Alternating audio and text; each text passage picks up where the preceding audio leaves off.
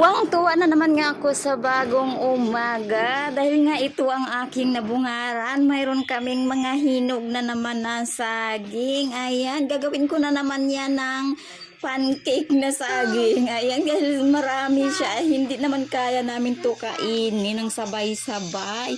At ayan nga, kumuha na rin ako ng isa at ako'y kakain at ako'y napapatakam na. Ayan, talaga naman minsan pag nagsabay-sabay ang prutas ay hindi ko alam kung sino ang uunahin ko. Ay siya, hindi pala sino. Ano ang uunahin ko? At syempre itong pinya na naman, at tagal na tagal ko nang hindi nakakain ng pinya. Ay samahan pa nitong ganiri kalaking pakwan. Ayan, dito sa probinsya, libre lang ang prutas. Ayan, kailangan mo lang talaga ng sipag at tiyaga. Ayan.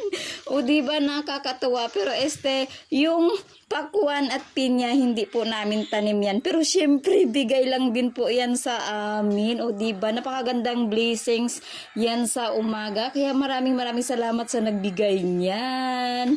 O diba itong saging ay sa amin yan, kaya ayan, mapapasubo na naman ako nito ng puro prutas.